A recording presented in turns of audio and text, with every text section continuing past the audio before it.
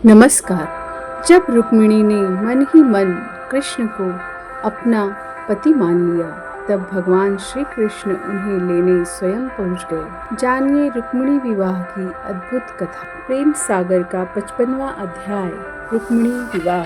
श्री सुखदेव जी बोले कि महाराज, कितनी एक दूर जाए श्री कृष्णचंद्र ने रुक्मिणी जी को सोच संकोच युक्त देख कर कहा कि सुंदरी, अब तुम किसी बात की चिंता मत करो।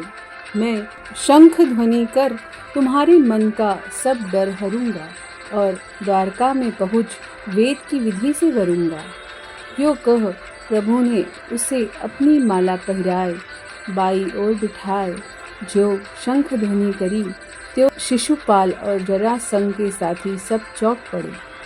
यह बात सारे नगर में फैल गई कि हरि रुक्मिणी को हर ले गए। इसमें रुक्मिणी हरण अपने उन लोगों के मुख से सुन कि जो चौकसी को राजकन्या के संग गए थे। राजा शिशुपाल और जरासंध अति क्रोध कर भिल्लम टोप पहन, पेटी बांध, सब शस्त्र लगाए अपना अपना कटक ले लड़ने को श्री कृष्ण के पीछे चढ़ दौड़े और उनके निकट जाए आयुध संभाल ललकारे, अरे भागे क्यों जाते हो, खड़े रहो, शस्त्र पकड़ लड़ो। जो क्षत्रिय शूरवीर है वे खेत में पीठ नहीं देते। महाराज, इतनी बात के सुनते ही यादव फिर सन्मुख हुए और लगे दोनों ओर से शस्त्र चलने। उस काल रुक्मिणी बाल अति भयमान घूंघट की ओट किए आंसू भर भर लंबी सांसें लेती थी और प्रीतम का मुख निरख निरख मन ही मन विचार कर यो कहती थी, ये मेरे लिए इतना दुख पाते हैं। अंतर्यामी प्रभु रुक्मिणी के मन का भेद जान बोले कि सुंदरी, तू क्यों डरती है? तेरे देखते ही देखते सब असुर दल को मार भूमि का भार उतारता हूँ। अपने मन में किसी बात की चिंता तुम मत करो। इतनी कथा कह श्री सुखदेव जी बोले कि राजा, उस काल देवता अपने अपने विमानों में बैठे आकाश से देखते क्या हैं कि यादव असुर सो लरत होय महासंग्राम, ठाढ़े देखत कृष्ण है करत युद्ध बलराम। मारू बाजा बाजता है, कड़ खेत कड़खा गाते हैं, चारण यश बखानते हैं। अश्वपति अश्वपति से गजपति, गजपति से रथी से पैदल पैदल से भिड़ रहे हैं। इधर के शूरवीर पील पील के हाथ मारते हैं और कायर खेत छोड़ अपना जी ले भागते हैं। घायल खड़े झूमते हैं, इनके धड़ हाथ में तलवार लिए चारों ओर घूमते हैं और लोथ पर लोथ गिरती है। इनसे लोहों की नदी बह चली है। इससे जहाँ तहाँ हाथी जो मरे पड़े हैं सो टापू से जनाते हैं और सुंडे हैं मगर सी महादेव भूत प्रेत पिशाच संग लिए सिर चुन चुन मुंड माल बनाए बनाए पहनते हैं और गिद्ध श्रृंगार कुकुर आपस में लड़ लड़ लोथे खींच खींच लाते हैं और फाड़ फाड़ खाते हैं। कौवे आंखें निकाल निकाल कर धड़ों से ले जाते हैं। निदान देवताओं को देखते ही देखते बलराम जी ने सब असुर दल यूं काट डाला कि ज्यों किसान खेती काट डाली। आगे जरासंध और शिशुपाल सब दल कटाए, कई एक घायल संग लिए भाग के एक ठौर जा खड़े रहे। यहाँ शिशुपाल ने बहुत अछताए पछताए सिर डुलाए जरासंध से कहा कि अब तो अपयश पाए और कुल को कलंक लगाए संसार में जीना उचित नहीं। इससे आप आज्ञा दे तो मैं रण में जाए लड़ मरूं। नात रहो करियो बनवास, लेऊ जोग छाड़ो सब आस। गई आन पत अब क्यों जीजे, राखी प्राण क्यों अपयश लीजे। इतनी बात सुन जरासंध बोला कि महाराज, आप ज्ञानवान हैं और सब बात में सुजान हैं, मैं तुम्हें क्या समझाऊं। जो ज्ञानी पुरुष है सो हुई बात का सोच नहीं करते, क्योंकि भले बुरे का कर्ता और ही है। मनुष्य का कुछ वश नहीं, यह परवश पराधीन है। जैसे काठ की पुतली को जो नेटुआ नचाता है त्यों नाचती है, ऐसे ही मनुष्य कर्ता के वश है। वह चाहता है सो करता है। इससे सुख दुख में हर्ष शोक न कीजिए, सब अपना सा जान लीजिए। मैं 23 अक्षौहिणी ले मथुरापुरी पर 17 बेर चढ़ गया और इसी कृष्ण ने 17 बेर मेरा सब दल हना। मैंने कुछ सोच न किया और 18वीं बेर जब इसका दल मारा तब कुछ हर्ष भी न किया। यह भागकर पहाड़ पर जा चढ़ा। मैंने इसे वहीं फूंक दिया। फिर भी न जानिए यह क्यों कर जिया, इसकी गति कुछ जानी नहीं जाती। इतनी कथा कह फिर जरासंध बोला कि महाराज, अब उचित यही है जो इस समय को टाल दीजिए। कहा है कि प्राण बचे तो पीछे सब हो रहता है। जैसे हमें हुआ कि 17 बार हार 18वीं बेर जीते। इससे जिसमें अपनी कुशल होए सो कीजिए और हट छोड़ दीजिए। महाराज, जब जरासंध ने ऐसे समझाए के कहा तब उसे कुछ धीरज हुआ और जितने घायल योद्धा बचे थे तिन्हें साथ ले अश्ता पश्ता जरासंध के संग हो लिया।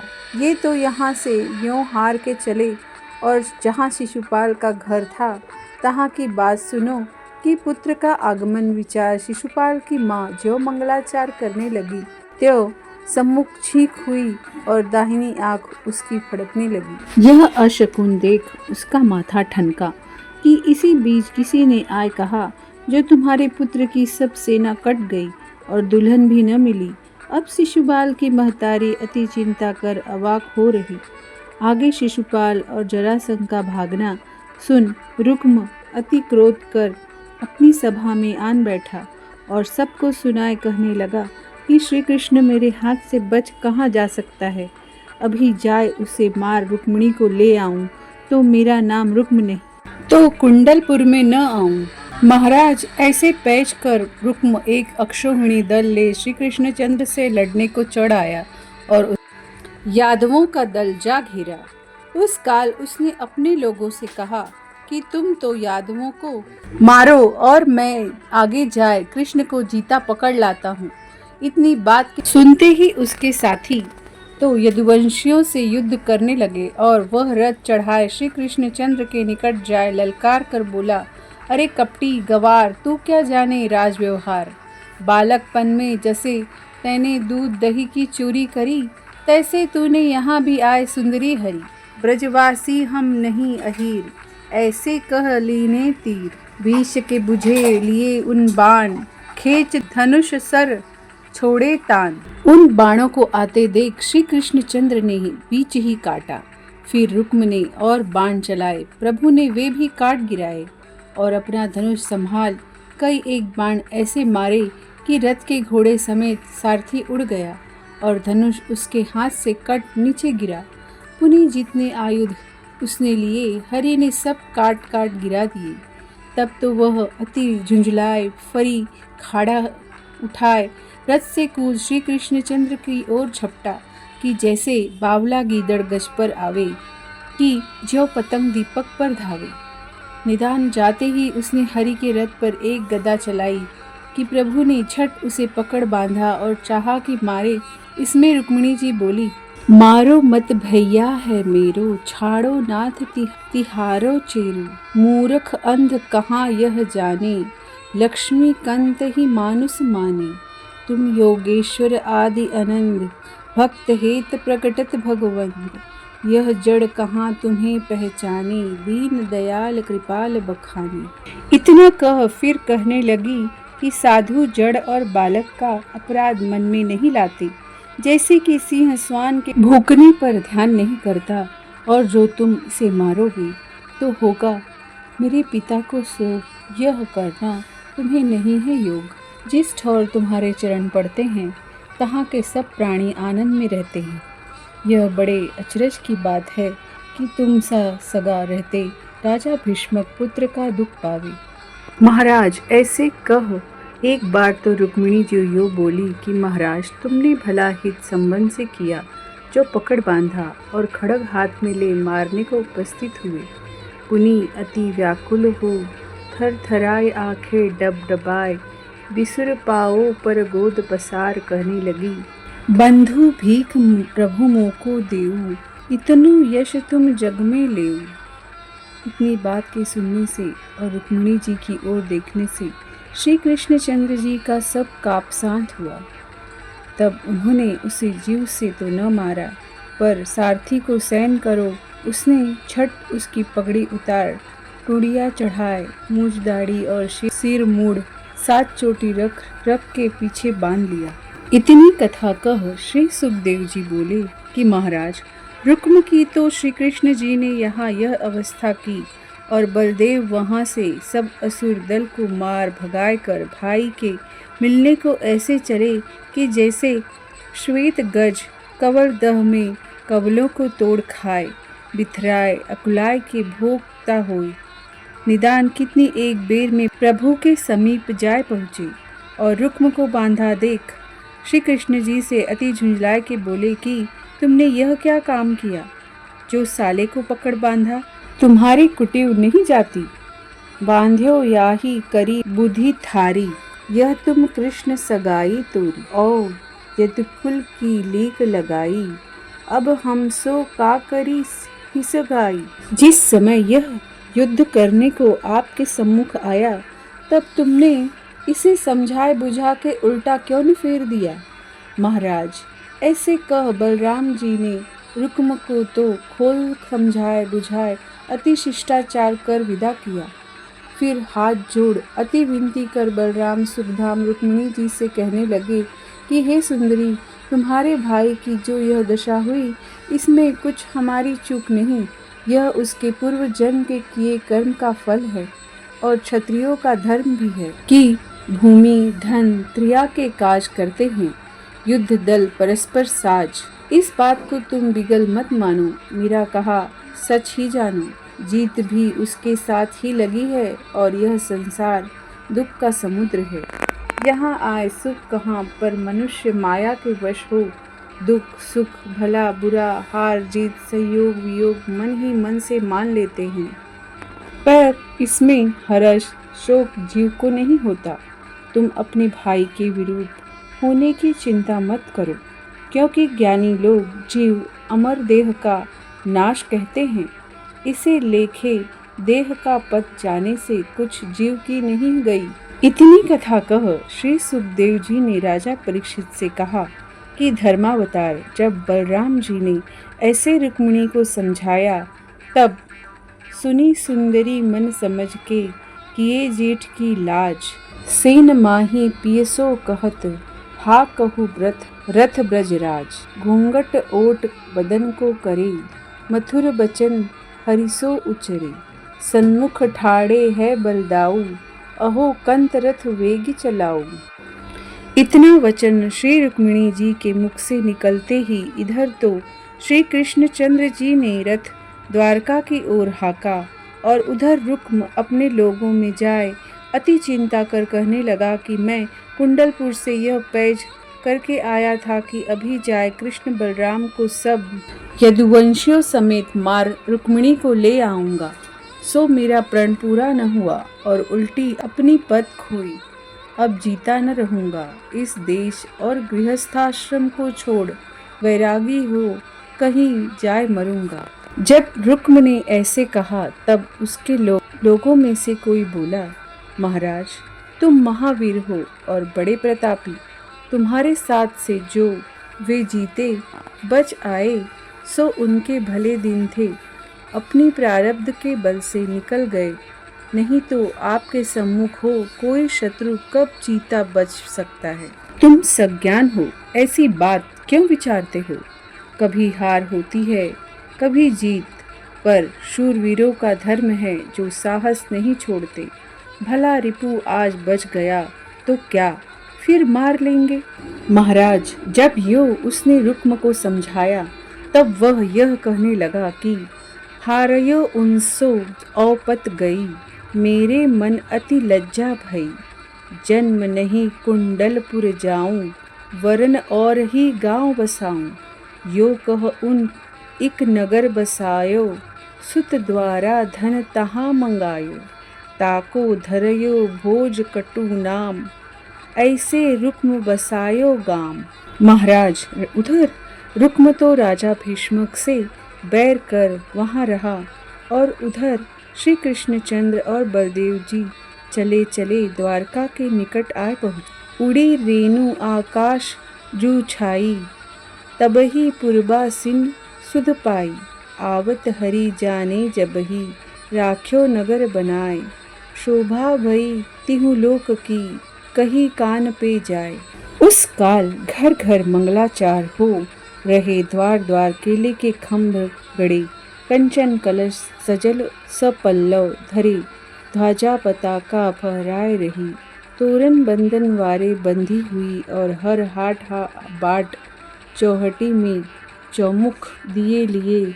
युवतियों के युद्ध खड़े, और राजा उग्रसेन भी सब यदुवंशियों समेत बाजे गाजे से अगाऊ जाए। रीति भांति कर बलराम सुख धाम और श्री कृष्ण चंद्र आनंद को नगर में ले आए।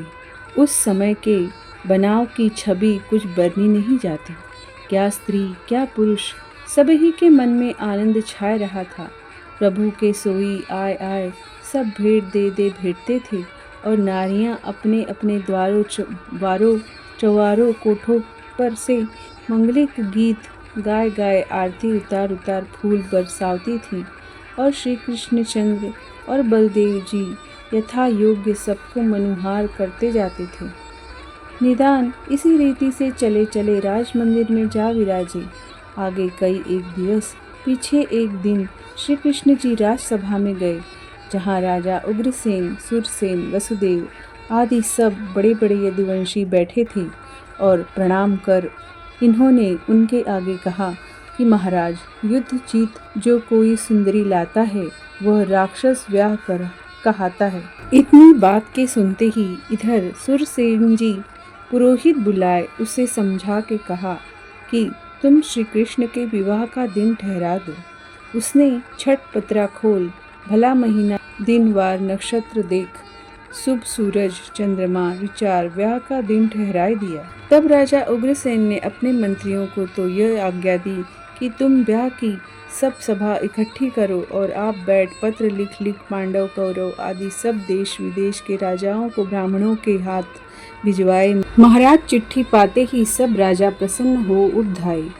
तीनों के साथ ब्राह्मण पंडित भाट भिखारी हो लिए। और ये समाचार पाए राजा भीष्मक ने बहुत वस्त्र शस्त्र जड़ाऊ आभूषण और रथ हाथी घोड़े दास दासियों के डोले एक ब्राह्मण को दे कन्यादान का संकल्प मन ही में लिए अति विनती कर द्वारका को भेज दिया।